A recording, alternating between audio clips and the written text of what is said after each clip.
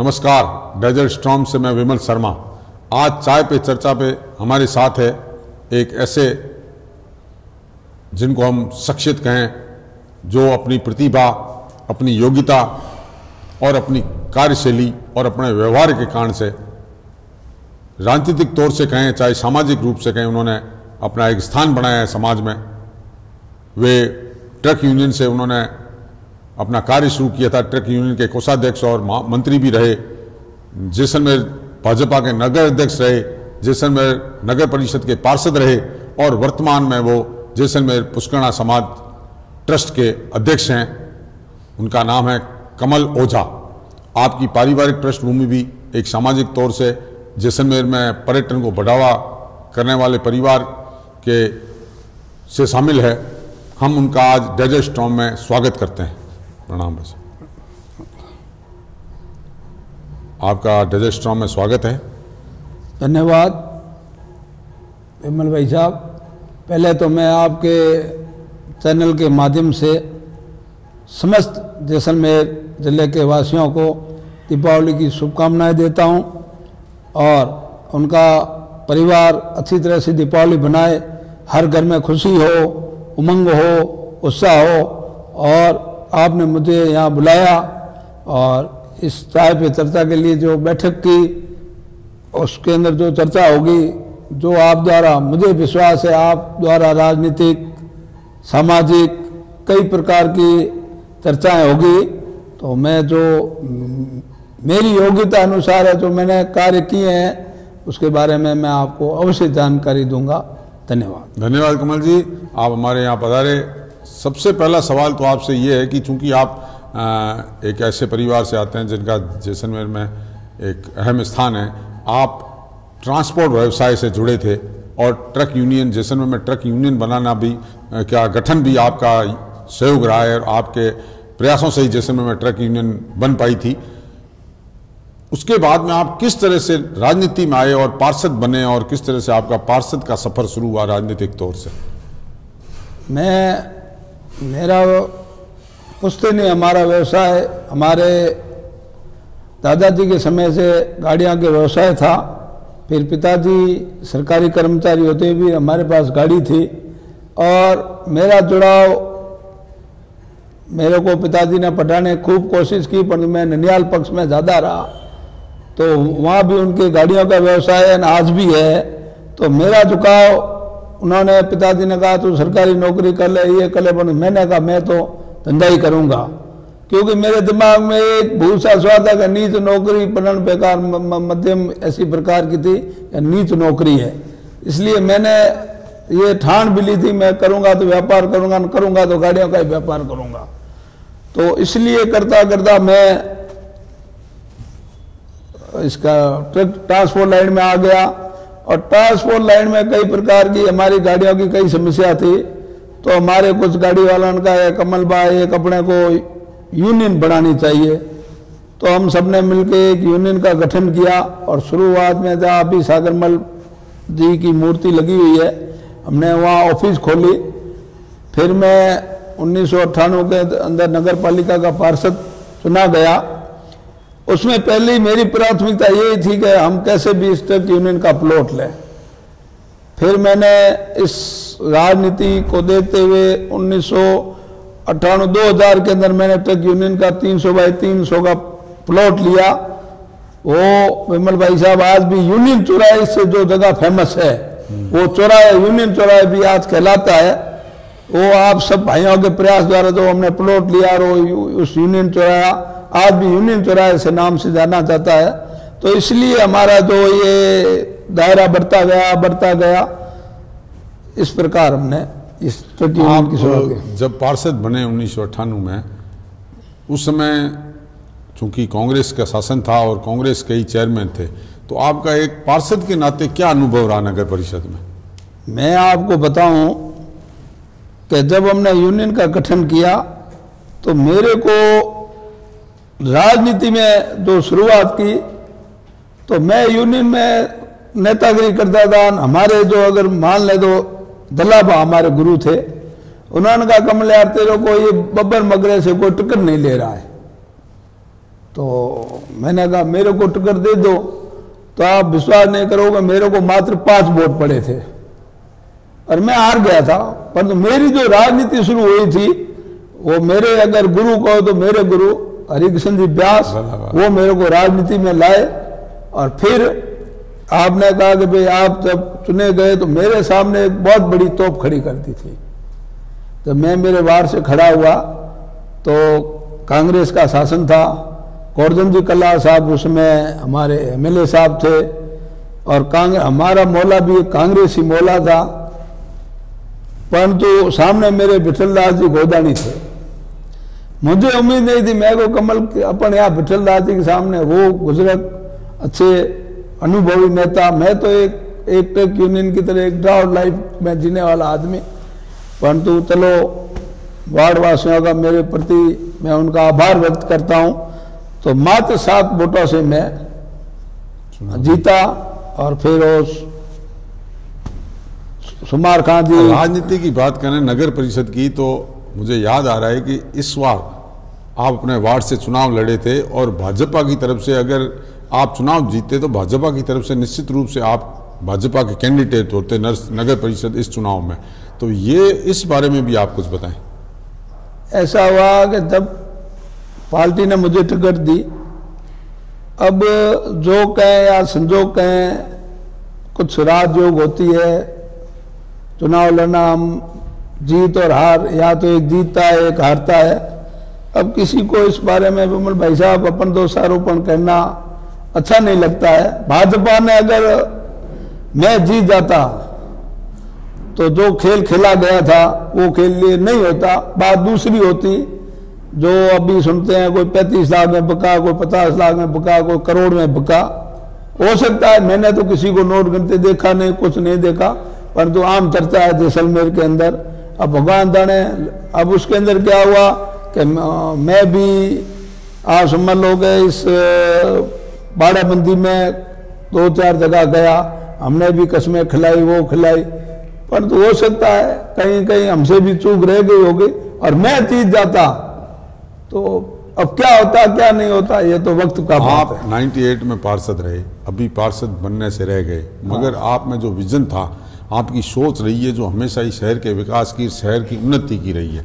अगर आप जिस तरह से आपकी कई काम, चूंकि सरकार आपकी नहीं थी, अधूरे रह गए 98 में, मगर आपकी सोच हमेशा वृद्ध रही है, सामाजिक रूप से कहें चाहे अन्य क्षेत्रों में कहें। तो आपको अगर ये दिया जाए कि आपको जैसलमेर का विकास करना है और एक एज ए चेयरमैन आप जैसलमेर का किस तरह से विकास करते हैं? मैं तो देखो, हमारा पहला लक्ष्य था जब मैं भी पार्षद रहा सुमार खां की समय, आप मानोगे नहीं, हमने सब समाज को, जितने भी भवन को उनको आवश्यकता थी समाज के लिए, हमने सबको जमीन आवंटित की। कोई भी ऐसा समाज हमने नहीं छोड़ा।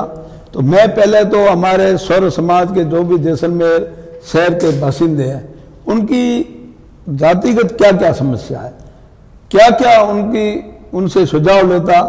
और एक मैं आपसे विमल भाई साहब कहना चाहूंगा, अभी नगर पालिका का भगवान भी मालिक नहीं है।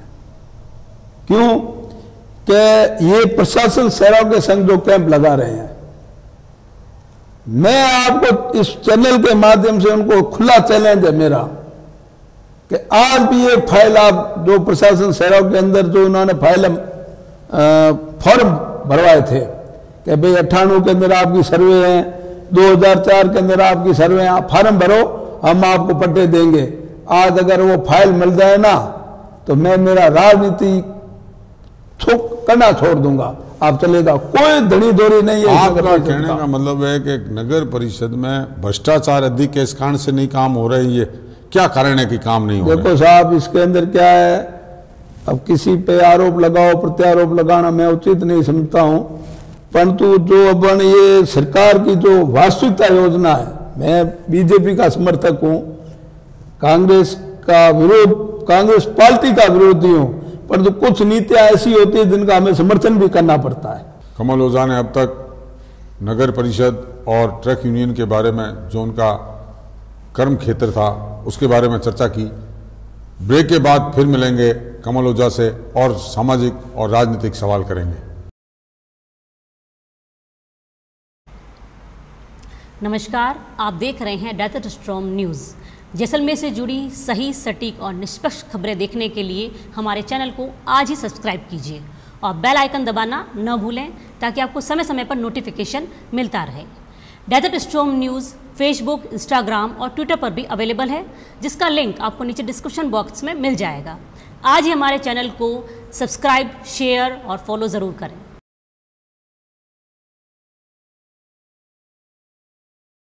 नमस्कार, चाय पे चर्चा पे एक बार फिर समाज सेवी भाजपा के पूर्व नगर अध्यक्ष और वर्तमान में पुष्करणा समाज के ट्रस्ट अध्यक्ष कमल ओझा से एक बार फिर चाय पे चर्चा करेंगे। चाय पे चर्चा के दौरान हमारी चर्चा चल रही थी नगर परिषद में भ्रष्टाचार की। आपसे मैं ये सवाल पूछना चाहूँगा कि आप कह रहे हैं नगर पालिका में भ्रष्टाचार है, अनियमितताएं बरती जा रही है, मगर विपक्ष के तौर पर भाजपा के 20 विधायक हैं और जैसलमेर का संगठन है जो भाजपा का, वो इस सब का विरोध क्यों नहीं कर पा रहे?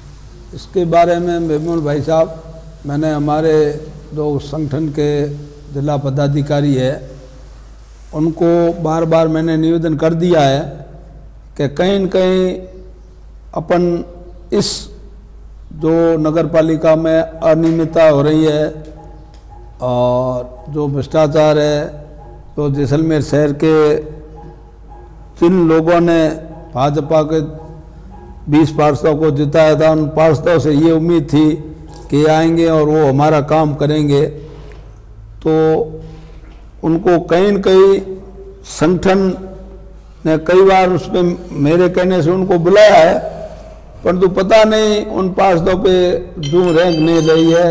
शायद अब मैं इसके बारे में क्या कहूँ, कुछ कहना मैं उचित नहीं समझता। कमल जी, आप समाज सेवा से जुड़े हैं, आपके परिवार ने पर्यटन में बहुत सहयोग किया है। आपके पिताजी सरकारी नौकरी में थे, ब्रजरतन ओझा बाबा महाराज के नाम से प्रसिद्ध थे, उन्होंने पर्यटन को आगे बढ़ाने में बहुत सहयोग किया है। आज की स्थिति है जैसलमेर में पर्यटकों की संख्या लगातार घट रही है, पर्यटन के लिए अपन कोई व्यवस्थाएं नहीं कर पा रहे हैं, तो किस तरह से शहर का विकास हो और किस तरह से पर्यटकों को सुविधा मिले ताकि ज़्यादा से ज़्यादा संख्या में पर्यटक जैसलमेर आएँ?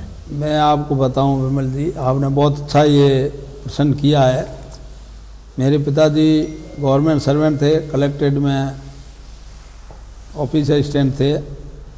जैसलमेर उस समय जो भी वीआईपी पर्सन आता था तो मेरे पिताजी की ड्यूटी ये थी कि भाई आप जो भी ये वीआईपी आते हैं उनको घुमाने की।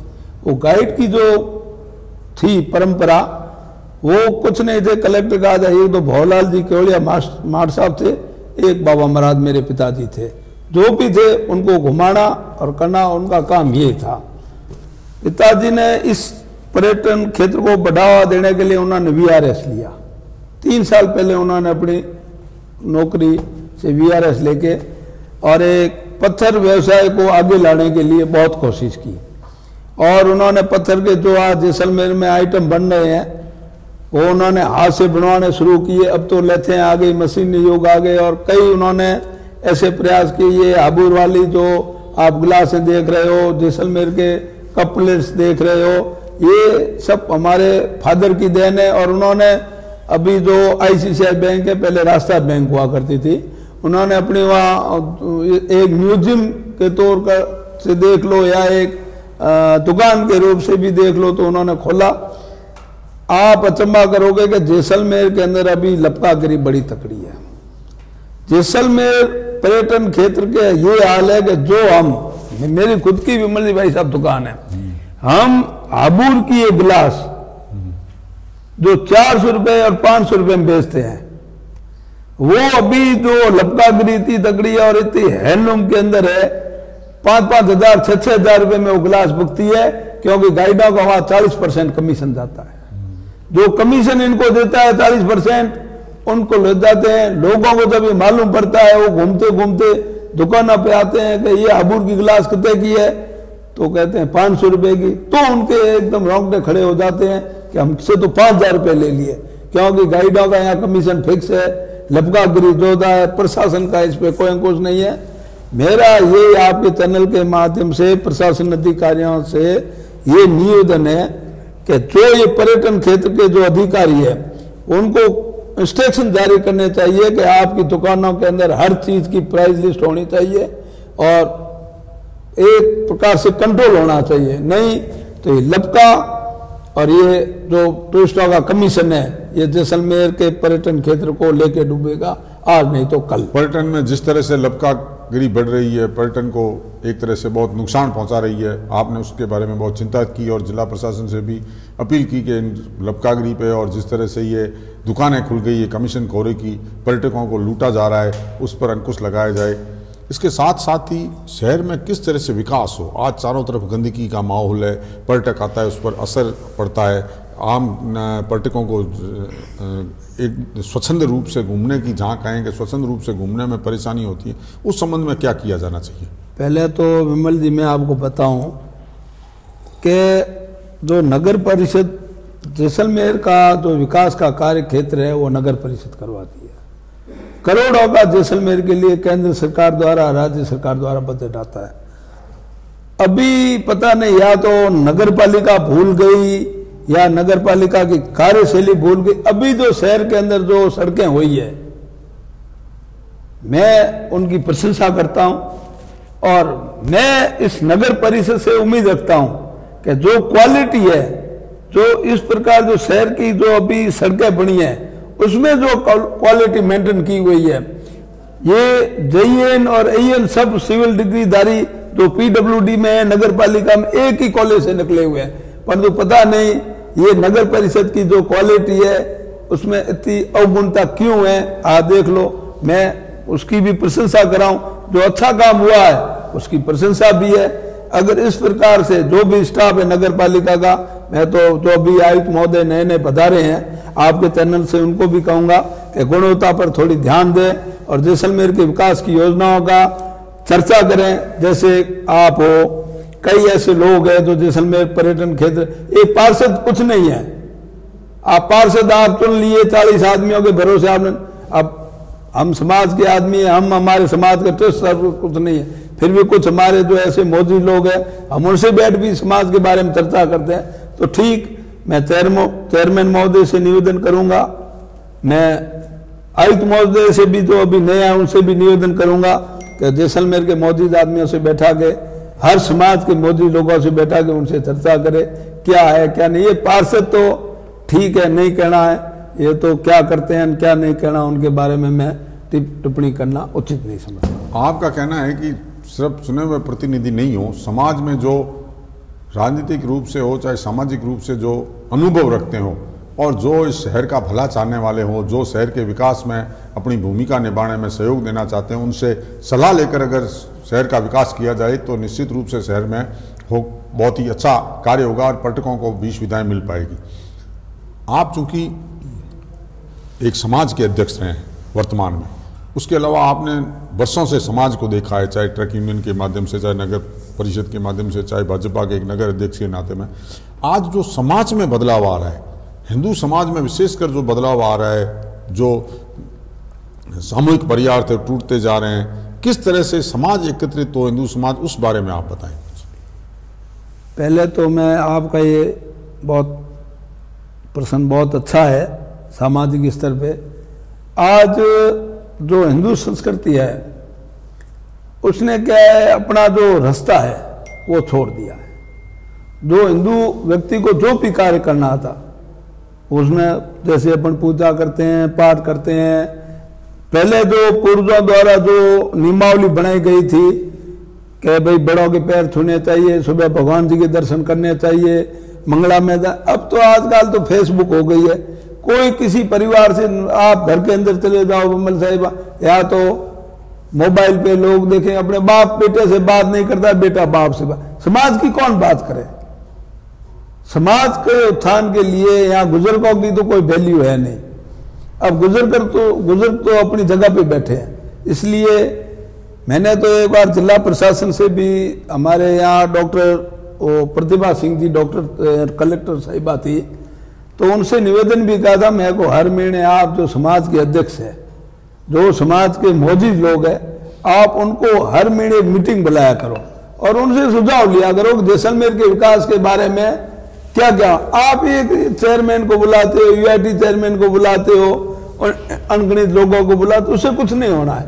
आप जो उनका अनुभव है, उनके विचार है, वो आपके सामने रखेंगे। और रही आपने जैसे कहा समाज के बारे में, समाज कुरीतियों से भरा हुआ है, कोई भी समाज हो, ब्राह्मण समाज हो। आज हम कहते हैं आज माहेश्वरियों के पास धन लक्ष्मी है, लक्ष्मी आज धनतेरस है, लक्ष्मी उन पे बरसती है। अब मैं माहेश्वरियों के मोहल्ले में रहता हूं, अब हमारे पड़ोसी 2 करोड़ खर्च कर लेंगे शादी के अंदर, पर तो मुझे भी क्या कहेंगे कि वो तो देखो अपने सेठों ने तो 2 करोड़ खर्च कर लिए, आप तो 50 लाख। अरे मैं 50 लाख लाऊंगा कहां से? उन्होंने तो अपनी बच्ची को 500 तोला सोना दे दिया, मेरे पास 5 तोला ही नहीं है। तो कुछ क्या है, हर समाज को, भले माहेश्वरी समाज को बड़ी सोच रखनी चाहिए। वो अपनी बेटी को 2 करोड़ पर 50, वैसे जो लोग हैं हमेशा ये माहेश्वरी भामाशाह हुए हैं, इनको अपना जो धन है वो अच्छे कार्यों में देना चाहिए। अब ये जाते हैं, अब मैं इनके देखता हूँ शादियों पे करोड़ों रुपए खर्च होते हैं और इनके जो लोग हैं उनको पेंशन भी नहीं मिलती है। हमारे समाज में ये भी है, जो रईस होते हैं वो करोड़ों खर्च कर लेते हैं। अब मैं आपको बताऊं विमल भाई साहब, हमारे ब्राह्मण समाज की एक छोटी सी बताऊं, हमारे जब न्याति का छंटा होता है तो वो आज तक क्या 7 रुपये हमें देने पड़ते हैं कनायतों को। वो व्यवस्था हमारे इंसानों के पास है, तो आज तक 7 के 8 रुपये नहीं हुए हैं, पीढ़ियों से 7 रुपये चल रहा है। एक कनायतों की एक रस्म होती है। और ये जो ये औरतों के पास ये व्यवस्था आई है शादियों की, ब्याह की, तो उन्होंने तो पूरे समाज को तितर बितर कर दिया है, भले कोई भी समाज का क्यों नहीं हो। मेरी माताओं और बहनों से सब इन्हें निवेदन है कि वो अपने घर की स्थिति को देखते हुए दूसरे पड़ोसी की ओर न करके अपने जो घर है, फूल की जगह पाखड़ी है, ऐसा कार्य करे ताकि समाज के अंदर सद्भावना बढ़े। कमल जी ने समाज के संबंध में चर्चा की।